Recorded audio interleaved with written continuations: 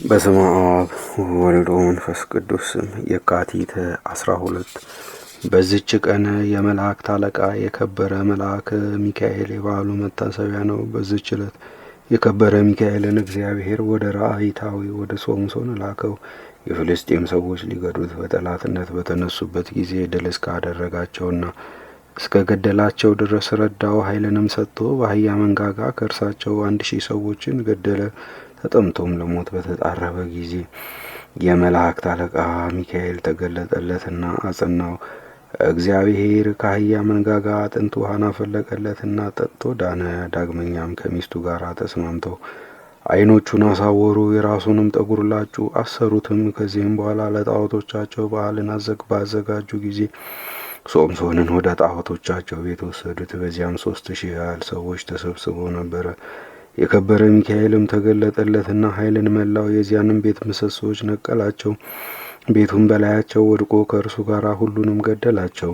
ለእግዚአብሔር ምስጋና ይሁን፣ እኛንም በከበረ መልአክ ቅዱስ ሚካኤል አማላጅነት ይማረን ለዘላለሙም አሚን። በዚችም ቀን ተጋዳይ የሆነ የከበረ አባት አባ ገላስዮስ አረፈ። የዚህ ቅዱስ ወላጆቹ እግዚአብሔርን የሚፈሩ ምእመናን ናቸው። ጥበብንና የቤተ ክርስቲያንን ትምህርት አስተማሩትና ዲቁና ተሾመ። ከታናሽነቱም ጀምሮ ይህን ዓለም ንቆ ተወ።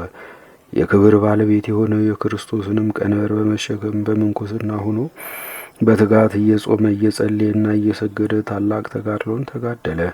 እግዚአብሔርም መርጦት በአስቄጥስ ገዳም ባሉ መነኮሳት ላይ ቅስና ተሾመ። ተጋድሎውንና አገልግሎቱን እየፈጸመ ሳለ ለአባ ጳኩሚስ እንደተገለጠ የእግዚአብሔር መልአክ ተገለጠለትና መነኮሳትን ሰብስቦ ፈሪሃ እግዚአብሔርን የምንኩስናንም ሕግ ያስተምራቸው ዘንድ አዘዘው።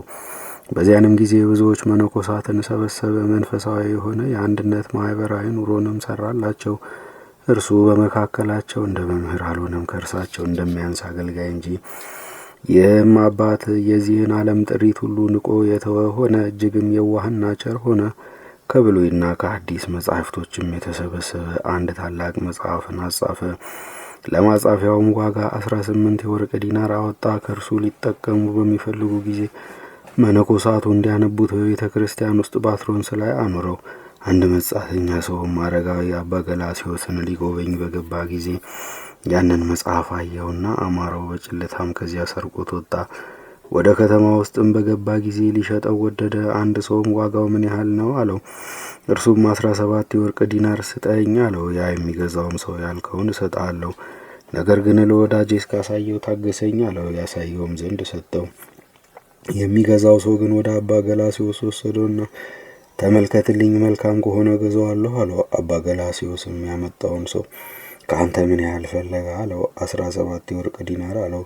ቅዱስ ገላስዮስም መጽሐፉ መልካም ነው፣ ዋጋውም ቀላል ነው፣ ግዛው ብሎ መለሰለት። ወደ ሌባውም በተመለሰ ጊዜ አባ ገላስዮስ የነገረውን ሰውሮ ለአባ ገላስዮስ አሳየሁት። እርሱም ዋጋው በዝቷል አለኝ አለው። ሌባውም ያ ሽማግሌ ሌላ የተናገረ ነገር የለምን አለው። አዎን የለም አለው። ሌባውም እንግዲህ እኔ አልሸጠውም ብሎ ወደ አባ ገላስዮስ ሄዶ ከእግሩ በታች ወድቆ ለመነው። ሰይጣን አስቶኛልና ይቅር በለኝ፣ መጽሐፍህንም ውሰድ አለው። የከበረ ገላስዮስም እኔ መጽሐፉን መውሰድ አልሻም አለው። ሌባውም በፊቱ እያለቀሰና እየሰገደ ብዙ ለመነው። በብዙ ድካምም መጽሐፉን ተቀበለው። ማንም ያወቀ የለም። እግዚአብሔርም ትንቢት የመናገርን ሀብት ሰጥቶት ድንቆች ታምራቶችን አደረገ። በአንዲትም ዕለት ለገዳሙ መነኮሳት አሳ አመጡ። ባለወጡ አሳውን አብስሎ በቤት ውስጥ አኑሮ አንዱን ብላቴና ጠባቂ አድርጎ ወደ ስራው ሄደ። ብላቴናውም ከዚያ አሳ በላ። ባለወጡ በመጣ ጊዜ ተበልቶ አገኘውና በብላቴናው ላይ ተቆጥቶ አረጋውያን አባቶች ሳይባርኩት እንዴት ደፍረ በላህ አለው። የቁጣ መንፈስም በልቡ አደረና ብላቴናውን ረገጠው። ወዲያውኑ ሞተ። እንደ ሞተም አይቶ ደነገጠ። ታላቅ ፍርሃትንም ፈራ። ሄዶ ለአባ ገላስዮስ የሆነውን ሁሉ ነገረው። እርሱም ወስደህ ከቤተ መቅደሱ ፊት አስተኛው አለው። ሰውየውም እንዳዘዘው አደረገ። ወደ ማታ ጊዜም አረጋውያን መነኮሳት በቤተ ክርስቲያን ውስጥ ተሰብስበው የማታውን ጸሎት አድርሰው ወጡ። አረጋዊው አባ ገላስዮስም በወጣ ጊዜ የሞተው ብላቴና ተነስቶ በኋላው ተከተለው። ከመነኮሳትም ማንም አላወቅም። እርሱም የገደለውን ባለወጥ ለማንም እንዳይናገር አዘዘው። የተመሰገነ አባ ገላስዮስም ያማረ ትሩፋቱንና ተጋድሎውን ፈጽሞ አድርሶ እግዚአብሔርንም አገልግሎ ይህንንም በጎ መታሰቢያ ትቶ ከዚህ ከኃላፊው ዓለም የሚለይበት ሲደርስ በሰላም አረፈ። ለእግዚአብሔርም ምስጋና ይሁን፣ እኛንም በጸሎቱ ይማረን፣ በረከቱም ከእኛ ጋር ትኑር ለዘለዓለሙም አሜን። በዚህችም ዕለት የዶርቃስ መታሰቢያዋ ነው። ለእግዚአብሔርም ምስጋና ይገባል ለዘላለሙም አሜን።